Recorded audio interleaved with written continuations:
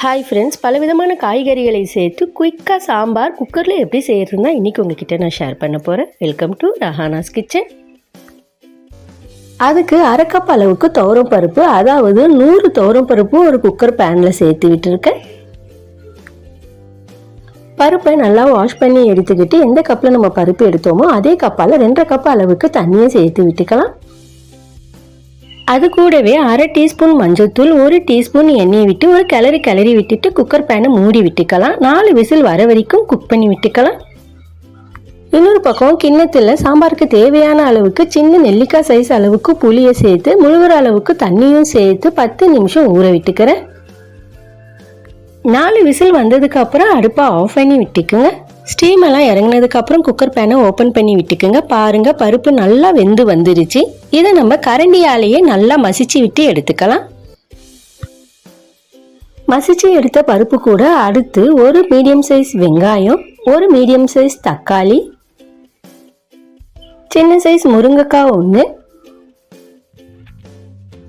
நல்லா பெருசா கத்திரிக்காய் 1, 2 கேரட், ஒரு பெரிய சைஸ் உருளைக்கிழங்கு, 2 பச்சை மிளகாய், கொஞ்சமா கருவேப்பிலை. எந்த கப்பில் துவரம் பருப்பு எடுத்தோமோ அதே கப்பால் 2 கப் அளவுக்கு தண்ணியும் சேர்த்துக்குங்க. 2 டேபிள் ஸ்பூன் சாம்பார் பொடி, தேவையான அளவுக்கு உப்பு சேர்த்து நல்லா கலந்து விட்டுட்டு அடுப்புல வச்சு விட்டுக்கலாம்.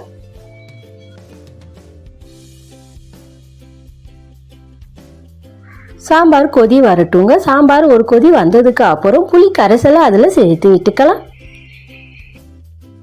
நல்லா கலந்து விட்டுட்டு குக்கர் பேனை மறுபடியும் கவர் பண்ணி விட்டுட்டு ஒரு விசில் வர வரைக்கும் குக் பண்ணி விட்டுக்குங்க. அடுத்து ஸ்டீம் எல்லாம் நல்லா இறங்கினதுக்கு அப்புறம் குக்கரை ஓப்பன் பண்ணி விட்டுக்கலாம். ஒரு கிளறி விட்டுட்டு மறுபடியும் அடுப்பை ஆன் பண்ணி விட்டுக்கலாம்.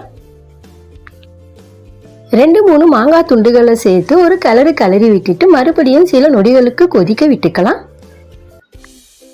சில நொடிகளுக்கு அப்புறம் ஒரு கிளறி விட்டுட்டு உப்பு ஒரு தடவை செக் பண்ணிக்கலாம். உப்பு தேவைப்பட்டா மறுபடியும் சேர்த்து ஒரு கிளறி விட்டுட்டு கவர் பண்ணி விட்டுக்கலாம். இன்னொரு பக்கம் பேன்ல 2 டீஸ்பூன் எண்ணெயை விட்டுக்கலாம். எண்ணெய் காஞ்ச உடனே 1 டீஸ்பூன் கடுகு உளுத்தம் பருப்பு, 1 டீஸ்பூன் 2 வரமிளகாய், கொஞ்சம் கருவேப்பிலை, 1/4 டீஸ்பூன் அளவுக்கு பெருங்காயத்தூளை சேர்த்து தாளிச்சு விட்டு சில நொடிகளுக்கு அப்புறம் குக்கர் பேனை ஓபன் பண்ணி விட்டுட்டு நம்ம தாளிச்சு எடுத்த தாளிப்பை அதுல சேர்த்து விட்டுக்குங்க. கடைசியா கொத்தமல்லி தழை தூவி விட்டு அடுப்பை ஆஃப் பண்ணி விட்டுக்கலாம். ஒரு பவுலுக்கு மாற்றி விட்டுக்கலாம். சாம்பார் சூப்பரா ரெடி ஆயிடுச்சுங்க. நீங்களும் ஒரு தடவை ட்ரை பண்ணி பாருங்க. இது வரைக்கும் நம்ம சேனலை சப்ஸ்கிரைப் பண்ணாதவங்க சப்ஸ்கிரைப் பண்ணுங்க. பக்கத்தில் இருக்கிற பெல் ஐக்கானை கிளிக் பண்ணி சப்போர்ட் பண்ணுங்க.